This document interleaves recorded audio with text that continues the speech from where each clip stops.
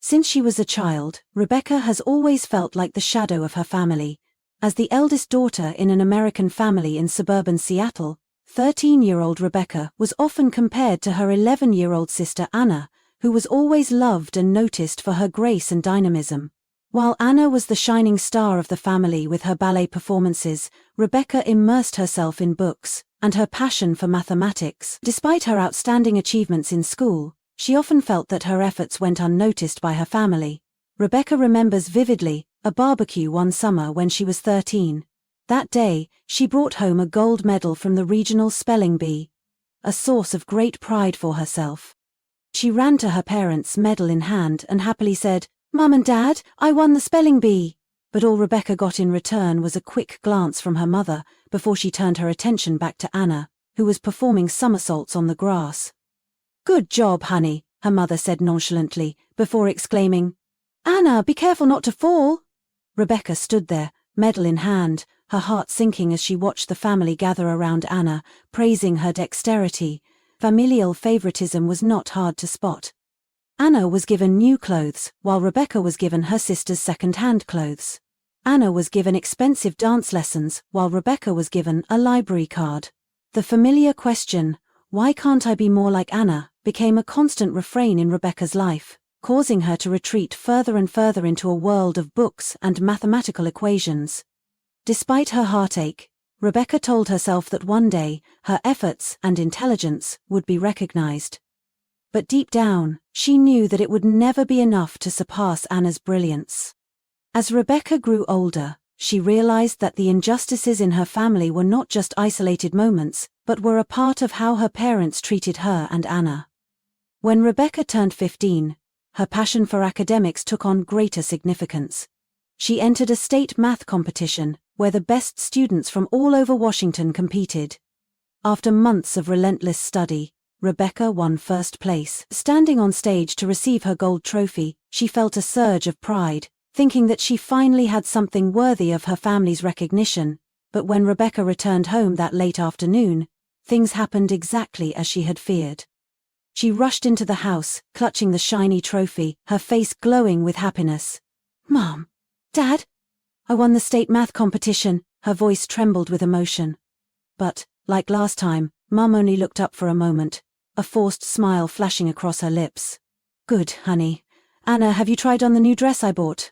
Your dad is waiting for you in the living room to see it." Rebecca stood there, frozen, her hand clutching the trophy, her joy extinguished like a small flame extinguished by a cold wind. In the living room, Mum and Dad and Anna were busy choosing a dress for Anna's upcoming ballet performance. The sparkling pink dress seemed to attract everyone's eyes, while Rebecca was just a faint shadow in the corner of the room. She quietly walked upstairs, placing the trophy on the study table, where only she could see it. Rebecca sat by the window, her eyes looking out at the garden, where Anna had been cheered on by the whole family for her first dance steps. An indescribable bitterness rose in her heart. She didn't hate Anna, but she resented the obvious injustice in the way her parents treated her and her sister. Rebecca promised herself that no matter how bright Anna's halo was, she would use her own intelligence and efforts to affirm her own worth, not to her family, but to the world out there. Rebecca entered high school with a fierce determination. She would not let herself be overshadowed by Anna any longer. At 16, she spent most of her time in the school library, burying herself in advanced math and science books. Rebecca believed that if she was good enough, so that no one could deny her achievements, then perhaps her parents would see her differently. But reality was crueler than she had imagined. In 11th grade, Rebecca achieved what she believed was the pinnacle of her academic career. She won the state science competition with a complex financial data analysis project, something that even the judges praised as phenomenal. Rebecca walked off the stage with a big trophy in her hands, and a fierce hope that this time, her parents would be as proud of her as they were of Anna. But when she got home, everything was the same, as if her victory had meant nothing. "Mum and Dad, I won the state science fair," she gasped, her voice shaking with both excitement and nervousness. But instead of congratulations, she only got a quick glance from her mother and the familiar forced smile. "Good job, Rebecca," her mother said, as she turned back to arranging Anna's new performance dress. "Anna, try spinning around, I want to make sure it's not too tight."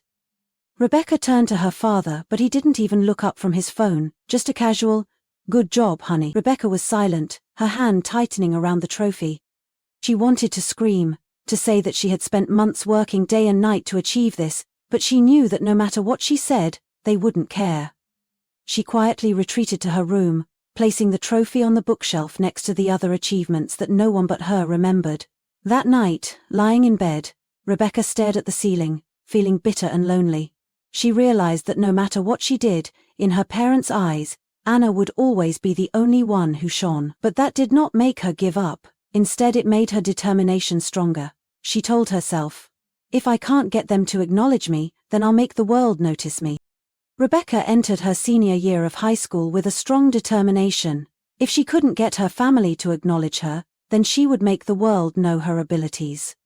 At the age of 17, Rebecca devoted all her time to studying and preparing her applications to top universities. She knew that the academic path was the only way for her to escape Anna's shadow, to escape the injustice that had haunted her throughout her adult years. She skipped all the parties and fun her friends were having, just to spend time researching and writing essays for her dream colleges. One late winter afternoon, Rebecca received the letter she had been waiting for. With trembling hands, she opened the envelope and read the words that she could not believe her eyes. She had been accepted to New York University with a full scholarship to study financial analysis.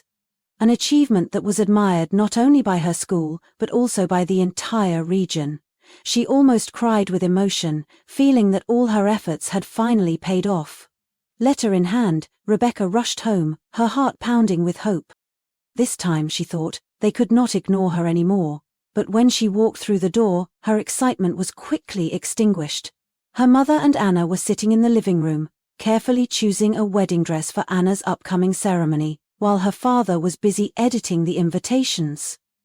"Mom, Dad, I have been accepted to New York University with a full scholarship," Rebecca announced, her voice shaking with emotion. But all she got in return was a glance from her mother and an indifferent reply.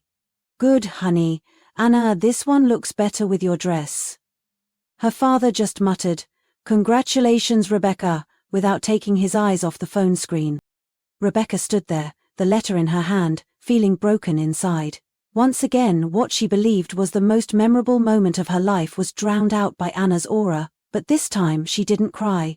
She held the letter tighter, her eyes determined. She knew that her family would never change, but that didn't matter anymore. Rebecca decided that the recognition she craved would not come from her family, but from her own future success. Entering the age of 22, Rebecca was living in the world she had dreamed of. She graduated with honors from New York University with a degree in financial analysis, and soon after received a job offer at one of the top financial firms in Manhattan.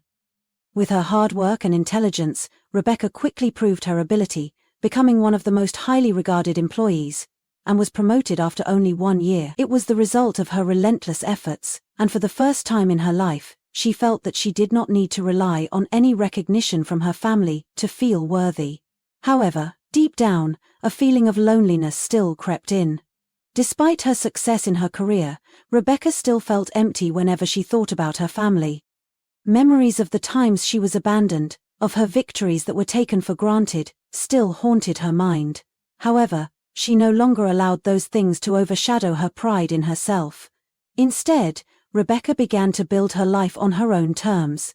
She rented a small apartment in the city center, decorating every corner with her achievements, certificates, medals, and souvenir photos with new friends. These were people she had found along the way, people who appreciated her intelligence and dedication, not her looks or charm.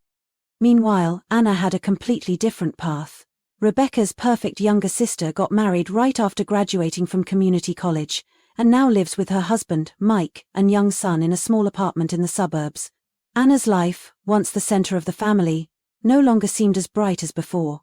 But to her parents, Anna was still the golden child.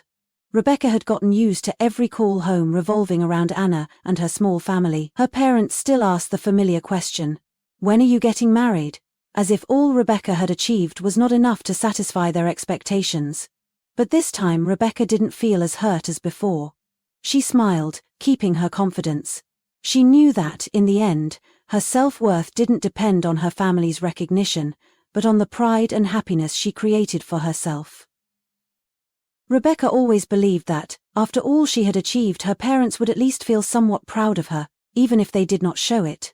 But all those fragile hopes quickly disappeared one autumn evening when she was 23 years old, when the whole family was invited to visit the new apartment she had just bought. Rebecca had spent months accumulating and working tirelessly to be able to own this living space, a spacious two-bedroom apartment located in the heart of Manhattan. It was not only a place to live but also a symbol of her efforts and independence. When her parents and Anna and her small family arrived, Rebecca tried to express her excitement, showing them around the apartment. She showed them how she arranged her home office space, the wooden desk where she spent hours working, and the small but fully equipped kitchen that she had designed herself. But from the beginning, Rebecca noticed the indifference in everyone's eyes. Her mother, instead of praising her, just said, "This apartment is too big for a single person to live in, don't you think?" Anna was busy keeping her little son from touching the decorations, and her father just nodded indifferently, as if he was here out of duty, rather than pride.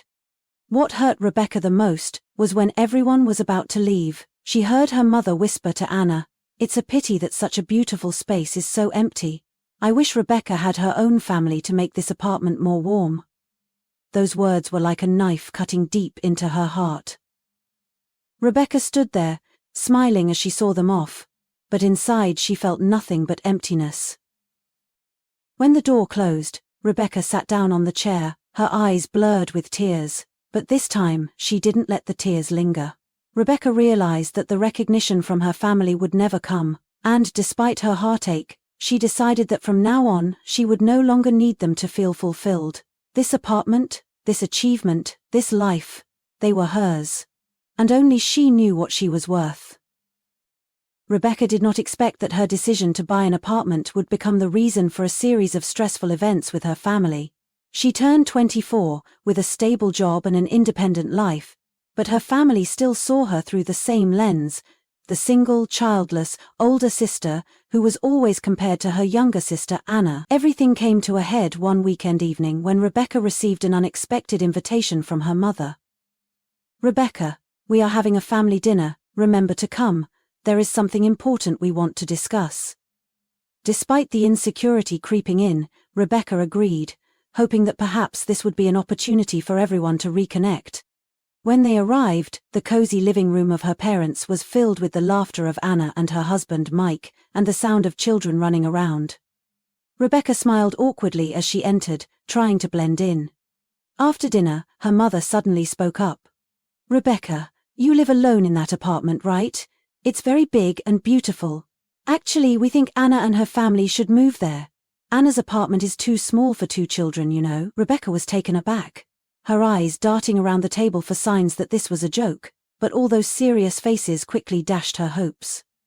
"Are you serious? I worked hard to buy that apartment." She tried to keep her cool, but her father just shook his head and said, "You're young, single, and have no family responsibilities. Anna and Mike need space to raise their children, while you don't need a place that big." Anna, as usual, interjected in a sweet tone.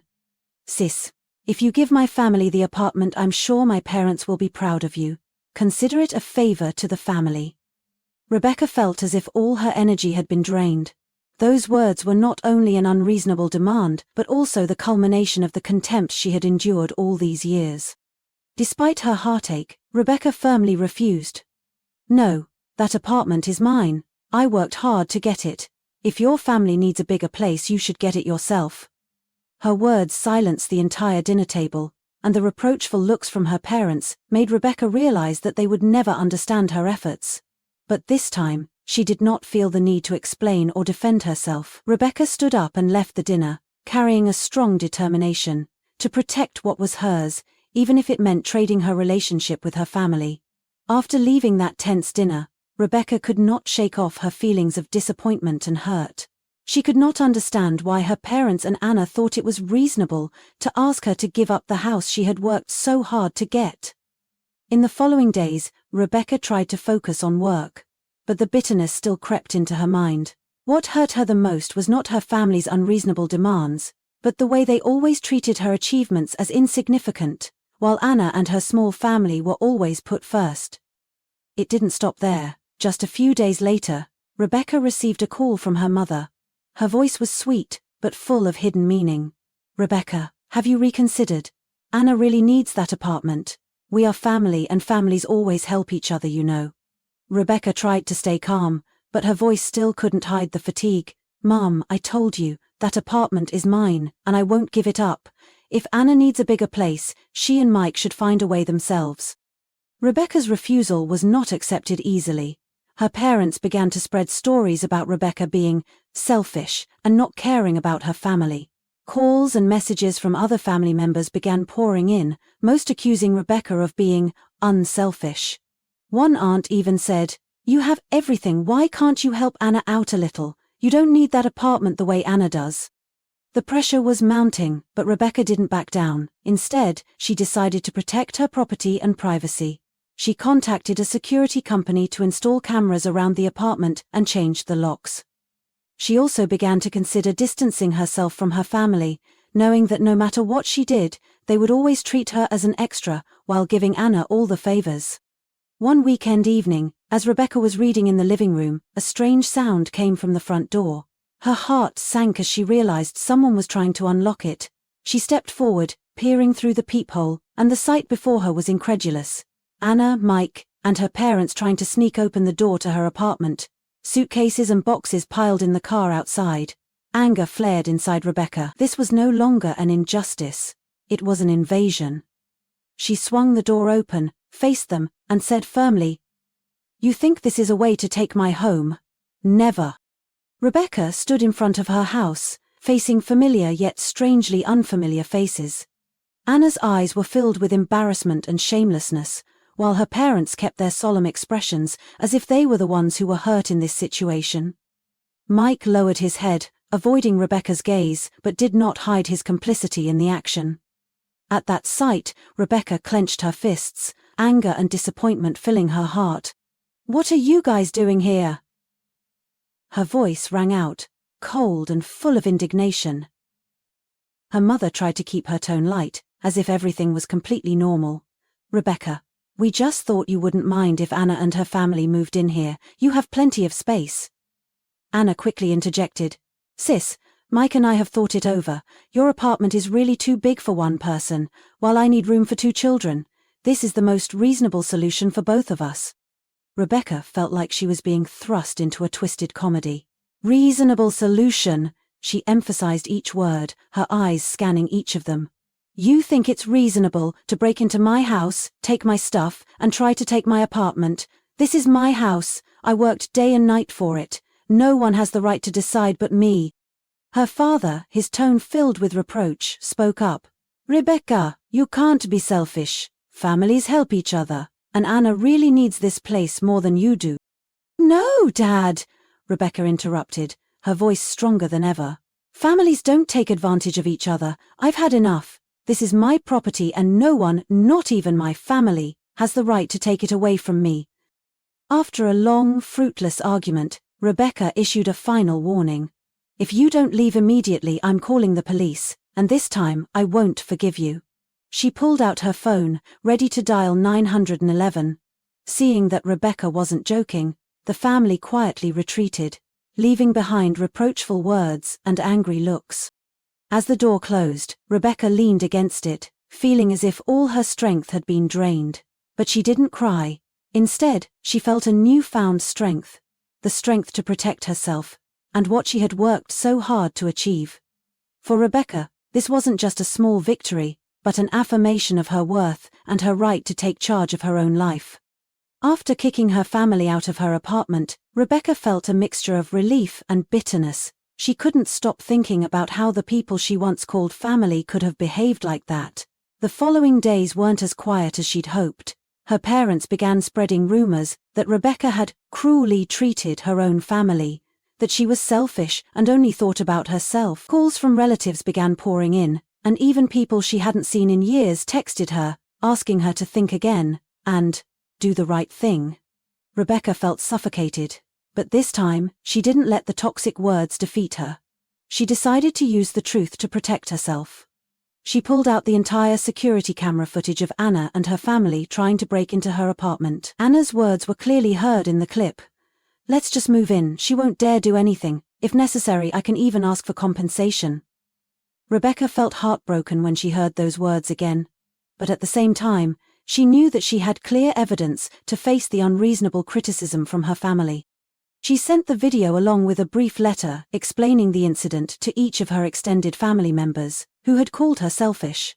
The letter did not contain any accusations, simply a statement of the facts, that she had been forced, taken advantage of, and ultimately intentionally violated by her family. Rebecca did not expect everyone to side with her, but she understood that letting them know the truth was the only way to protect herself from unfair accusations. Not long after sending the letter, the reaction began to appear. Some relatives sent apologies, admitting that they had been too hasty in hearing only one side. A few others remained silent, but did not continue to pressure Rebecca. Most importantly, however, Rebecca felt relieved. She no longer felt surrounded by unfair criticism. Meanwhile, her parents, Anna and Mike, seemed to be in a difficult position. They could no longer continue to spread the false story when the video had said it all. Anna, who had been the center of attention, now faced alienation from her own relatives. Her words in the video caused many people to lose respect for her. For Rebecca, everything seemed to start falling into place. She spent more time on herself, her work, and the friends who truly appreciated her. Every night when she returned to her apartment, she felt a warmth she had never known before. It was not just a physical space, but also a symbol of her own independence, self-esteem, and strength. Rebecca knows that she has overcome the trauma of her childhood, and now she truly owns her life. Rebecca's story is a powerful reminder that we need to value ourselves, and not let others dictate our lives. Set clear boundaries, stand up for what we have worked hard to achieve, and don't be afraid to face injustice, even when it comes from our families. Independence and self-esteem are built not only by success, but also by knowing when to say no. Finally, seek out and surround yourself with people who truly appreciate you for who you are. Share your thoughts on this story. Have you ever experienced a similar situation? Don't forget to follow the channel to discover more profound and meaningful stories about family life. Your opinions are the motivation for us to continue spreading the values of life.